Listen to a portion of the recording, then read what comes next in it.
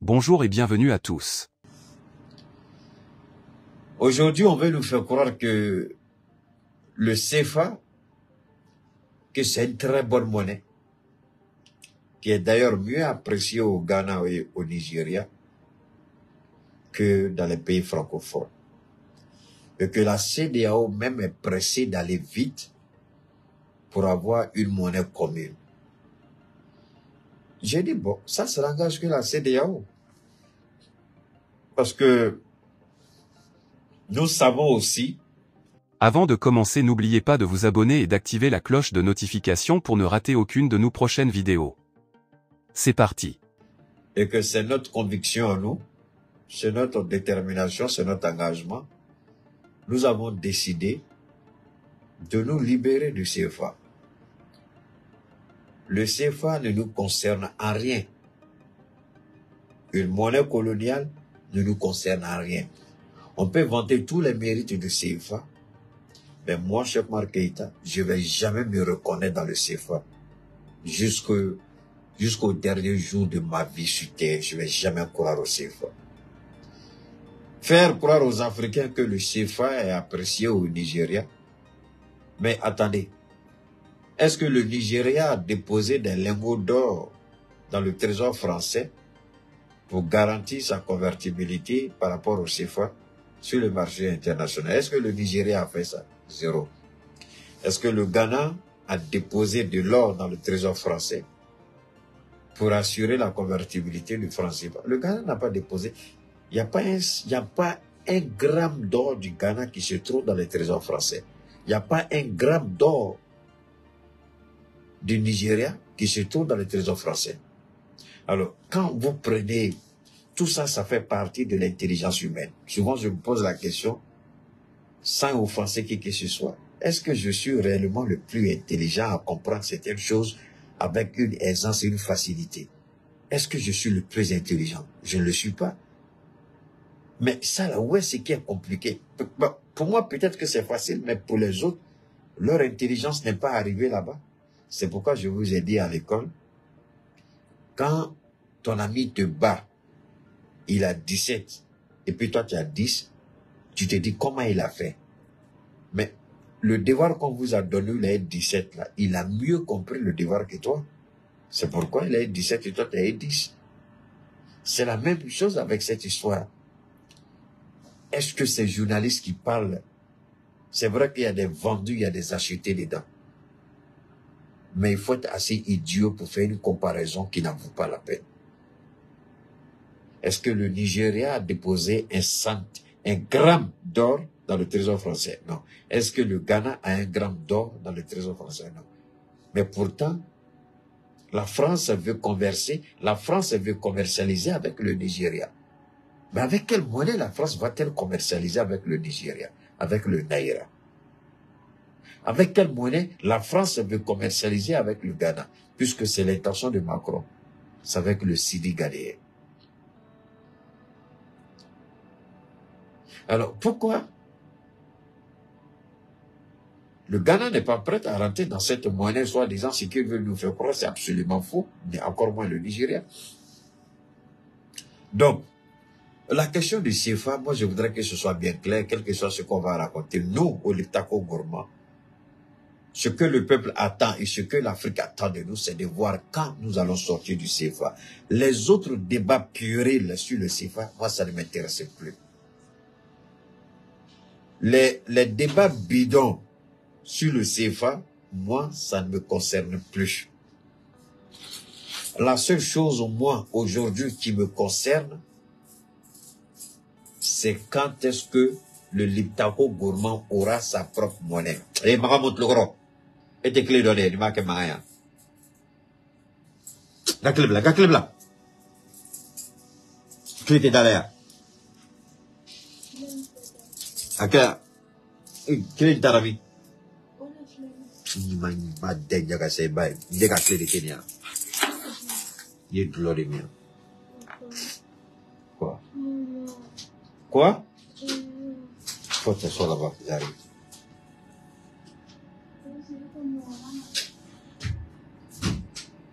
Ta main, elle arrive. Ton grand-père qui est malade, il est à l'hôpital. Va t'asseoir. Elle est à l'hôpital. Il ne faut pas de bêtises, je ne veux pas en avoir. Il m'a frappé quand il a clé ta côte dans le bail. Moi, c'est quand il a le 4 ménigas. Est-ce qu'on peut faire un trousseau de clés comme ça avec 2 morceaux de clés sous clé? Regarde tout ça, oui. Mais on ne peut pas être quand même, c'est trop exagéré. 3 clés avec un trousseau de clés, même quand tu prends. C'est pas de ça qu'on est en train de parler. Alors, je reviens pour dire, la question du franc CFA, pour moi, ce sont des faux débats piorés, je ne rentre plus dedans. Tout ce que moi j'attends, que nos autorités, je ne sais pas quand ça va se passer, mais j'attends que nos autorités nous disent quand est-ce que nous aurons notre monnaie. C'est tout ce que moi j'attends. Les débats piorés, les débats inutiles, les débats fantaisistes des journalistes ratés, pervers, vendus, je ne les écoute pas, je n'ai pas leur temps. S'ils sont garçons, qu'ils m'invitent à un débat contradictoire public devant tout le monde. Ils peuvent choisir n'importe quelle université. Je t'ai dit quoi? Si je vois ton pied sale dans mon fauteuil, tu vas voir. Je dis, je suis prêt à relever n'importe quel défi de n'importe quel journaliste dans n'importe quelle université au Mali. Un débat public devant des étudiants. S'il y a quelqu'un qui dit qu'il est fort, je vous jure au nom de Dieu, je suis prêt à relever le défi. Invitez-moi dans n'importe quelle université au Mali, dans un débat contradictoire. Invitez-moi, si vous êtes sûr de vous. Invitez-moi. Dans n'importe quel sujet politique chez nous ici. Invitez-moi. Il y a beaucoup d'universités au Mali. Il y a beaucoup d'écoles privées au Mali. Invitez-moi. Et puis on va mener le débat. C'est simple. Votre question de CFA, si vous êtes un garçon, vous qui voulez défendre le CFA, invitez-moi, je dis bien, je répète une dernière fois, invitez-moi dans n'importe quelle université publique. Je n'ai pas d'université publique, hein. Débat public. Dans n'importe quelle université, privée, parapublique, ou bien semi-publique, ou bien privé, ou bien public, quel que soit, invitez-moi dans un débat contradictoire. Vous allez laisser votre culotte là-bas, si vous êtes garçon. Afin de CFA, là, moi j'ai terminé avec. Je n'ai plus le temps pour le CFA. Moi j'attends que mes autorités me disent, voilà quand est-ce que nous allons sortir. Maintenant, deuxième point, et rapidement avant d'écouter le discours du Premier ministre du Niger, la question du Tchad. La nomination du Premier ministre d'un ancien opposant. Il y a des gens qui ont envoyé plein de choses. Vous savez, il y a des choses qui en valent la peine d'être discutées. Je le répète. Il y a des choses qui en valent la peine d'être discutées. Il y a des choses qui en valent la peine d'être discutées. La nomination d'un opposant dont la France s'est servie de Philippe Tshisekedi comme interlocuteur, comme médiateur pour négocier le retour de cet opposant qui était où? Qui était logé à Paris. Qui était logé à Paris. Et c'est Philippe Tshisekedi, le fils d'Étienne Tshisekedi, le président réélu du Congo, Kinshasa. C'est lui qui a servi d'intermédiaire entre Dibi Kaka et l'opposant tchadien. Il rentre, il est nommé Premier ministre.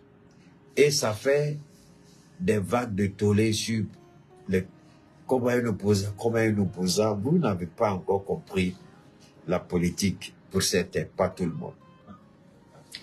La politique du ventre existe toujours. Et la France veut équilibrer son poids politique, son poids militaire, sa position géostratégique dans le Sahel. La France veut équilibrer cela. La France oblige, je vous ai dit, beaucoup de gens veulent croire que l'opposant tchadien a été vendu. C'est possible. J'ai dit, beaucoup peuvent penser que l'opposant tchadien a été vendu. Possible, je le répète. Mais Keïta ne donnera pas sa position. Keïta fera une analyse et chacun fera sa propre réflexion. Voilà l'opposant tchadien qui rentre au Tchad. Quelque temps après, la constitution est modifiée, qui a voté à plus de 80 ou 96%, je ne sais pas trop. Le premier ministre rend sa démission, le président accepte sa démission et en lieu et place, il nomme l'opposant qui vient à peine de rentrer. Mais attendez, vous n'avez pas compris encore quelque chose qui se passe. Permettez-moi de le développer.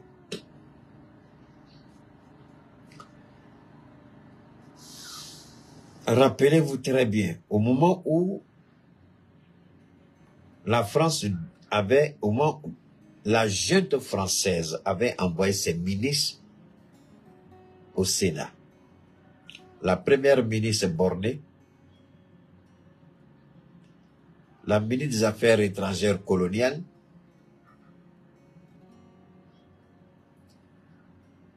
et l'analphabète ministre de la Défense, qui porte des costumes, on se pose la question si il est aveugle quand il allait acheter ces costumes-là.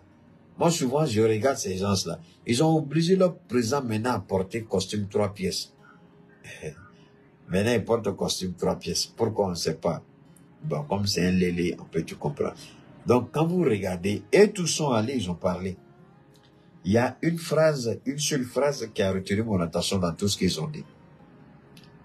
Le Mali sera un califat, le Mali sera divisé, il y aura ceci.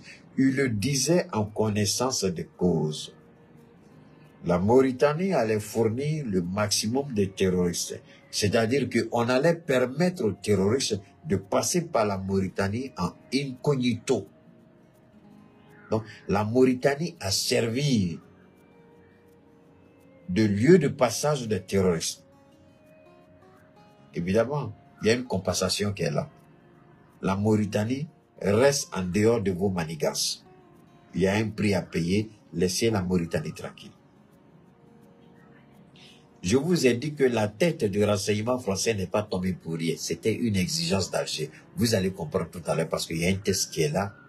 L'Algérie était venue tout récemment au Mali, il y a 6 jours, à peu près une semaine maintenant. L'Algérie était venue au Mali présenter ses excuses d'une certaine manière voilée, d'une manière diplomatique. Pour faire comprendre au Mali, nous avons une histoire commune. C'est vous qui nous avez aidés à combattre le colon, à chasser le colon. Quand vous étiez indépendants et que nous n'étions pas encore indépendants, c'est vous qui nous avez permis d'ouvrir un front, le front de la libération, et c'est vous qui nous avez permis de gagner ce combat. C'est ce que le ministre des Affaires étrangères de l'Algérie. Donc l'Algérie est venue reconnaître et réaffirmer son témoignage et sa reconnaissance au Mali. Parce qu'elle était dans un jeu trouble de la France, elle a voulu nous mener en bateau. Parce que les deux pays ont rappelé leur ambassadeur, il ne faut pas l'oublier. Mais avant tout ça, le président d'Ibi Kaka, avant de recevoir Macky Sall, avant de recevoir Talon, avant de recevoir Ambalo, avant de recevoir le vieillard irresponsable, le mort-vivant qui est parmi nous, Alassane Ouattara, parce que lui, il est déjà mort, mais il est toujours parmi nous en tant qu'être humain, sinon il est déjà spirituellement, il est mort. Je le dis, je le confirme. Alassane Ouattara, spirituellement, il est déjà mort. Alors donc, Macron reçoit qui? Macron reçoit le président du Tchad, le jeune président qui a cautionné l'assassinat de son bienfaiteur. Ce n'est pas son père géniteur, il ne faut pas que vous l'oubliez. Hein? Ce n'est pas l'enfant légitime d'Idriss Déby. Idriss Déby n'est pas son père géniteur, le président qui est au pouvoir. Non, c'est quelqu'un qui l'a élevé, qui l'a adopté, qui l'a aimé comme son propre fils. Donc ne croyez pas que c'est le vrai fils de Déby, non. C'est la même chose comme chez les Kabila. Kabila qui était au pouvoir n'a jamais été le fils biologique de Désiré Kabila qui est mort. Et il a pris une part active à l'assassinat de ce monsieur. Comme celui qui est au Tchad aujourd'hui, il a pris une part active à l'assassinat d'Idriss Déby. Il n'est pas le fils biologique d'Idriss Déby. Je vous ai expliqué comment Idriss Déby est mort. Je vous ai expliqué comment Idriss Déby est mort. On a créé, je vais revenir sur la mort d'Idriss Déby pour vous permettre de comprendre ce qu'est la nomination de ce nouveau Premier ministre. La France a actionné parce que la rébellion tchadienne, voilà pourquoi je suis méfiant quand ils m'ont contacté pour essayer d'être leur porte-parole, pour essayer de les aider dans leur communication. Ça, je ne le cache pas. J'ai encore les documents avec moi. Je leur ai dit que je réfléchissais.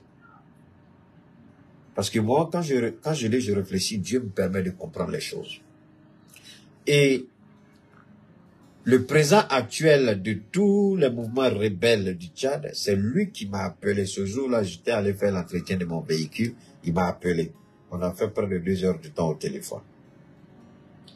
Il m'a expliqué comment on leur a demandé à l'époque d'intervenir au Mali, mais après avoir soutenu les déstabilisateurs, c'est-à-dire les terroristes et les rebelles, et c'est la France qui a demandé expressement, à toute forme de rébellion, d'arrêter et de surseoir à tout mouvement d'arrêt. Parce que la France sait où se trouvent tous les mouvements rebelles, tous les responsables des rebelles. C'est là que vous devez faire beaucoup attention. Et là, l'information que je vais vous donner, aucun activiste, aucun blogueur, aucun de tous ceux qui crient Woyo Waya, Woyo Waya, Woyo Waya, n'ont l'information. Même Chris Yapi qui s'est dit attitré enquêteur, ça là, il est trop petit pour ça. Je vous donne, la dernière fois j'avais effleuré.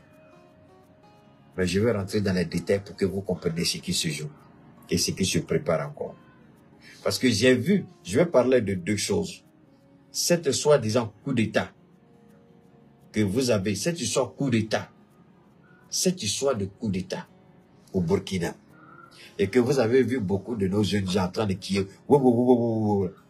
est-ce que vous m'avez parlé, vous m'avez vu parler de coup d'État au Burkina à cause de Dieu? Est-ce que vous m'avez vu parler de coup d'État au Burkina? Moi, je vous ai dit, je ne suis pas Dieu, je ne suis pas prophète, mais si je ne mets pas ma bouche dans quelque chose, je vous ai toujours dit, à cause de Dieu, allez dormir. Vous pouvez aller écouter, ça c'est votre choix, je ne peux pas vous empêcher. Mais je vous ai dit, si je ne mets pas ma bouche dedans, allez dormir. Tchad là, je vais... Burkina là, je vais démonter tout de suite. Vous croyez qu'il y avait vraiment... Vous croyez réellement qu'il y avait... Attendez, j'arrive. Donc au Tchad, c'est la France qui avait demandé aux rebelles de surseoir à toute action militaire contre Idriss Déby. Quand Idriss Déby est passé sur l'émission d'Alain Foka, il a fait 3 interventions, je crois. Il y a eu une intervention avec le président Sassou, non, Safroulay, avec le président Kisekedi, le président Ibeka et lui-même. Et c'est Alain Foka qui était le journaliste modérateur. Après, il y a eu une autre intervention d'Idriss Déby. Là, il avait accordé un entretien encore à France 24 et RFI. Et puis, il y a eu une autre intervention d'Idriss Déby où il a parlé du G5 Sahel. Et dans toutes ces interventions, Idriss Déby a pointé directement la France comme étant celle qui manigance tout en Afrique. Et que lui, Déby, il en a marre, il ne veut plus rentrer dans le jeu de la France. Et quelques jours après, il a été nommé maréchal. Je dis, voilà la fin de Déby. Dieu est témoin si je mens. C'est entre lui et moi. Le jour qu'il a été nommé maréchal, j'ai dit voilà la fin de Déby. Ce monsieur-là ne fera pas 2 ou 3 mois au pouvoir. Je ne sais pas comment j'ai vu ça. Il dit, il ne fera pas plus de 2 ou 3 mois pour pouvoir le liquider dessus. Et qu'est-ce que la France fait? La France appelle les rebelles. La France reçoit les rebelles au Quai d'Orsay et à l'Élysée. Comme la France l'a fait avec certains rebelles qu'on a chassés de Kidal et qui ont été récemment vus à Alger. La France les reçoit et leur dit, maintenant vous êtes libres, vous pouvez lancer votre opération. N'oubliez pas de vous abonner et d'activer la cloche de notification pour rester informé de nos prochaines vidéos. Restez à l'écoute pour les développements passionnants à venir.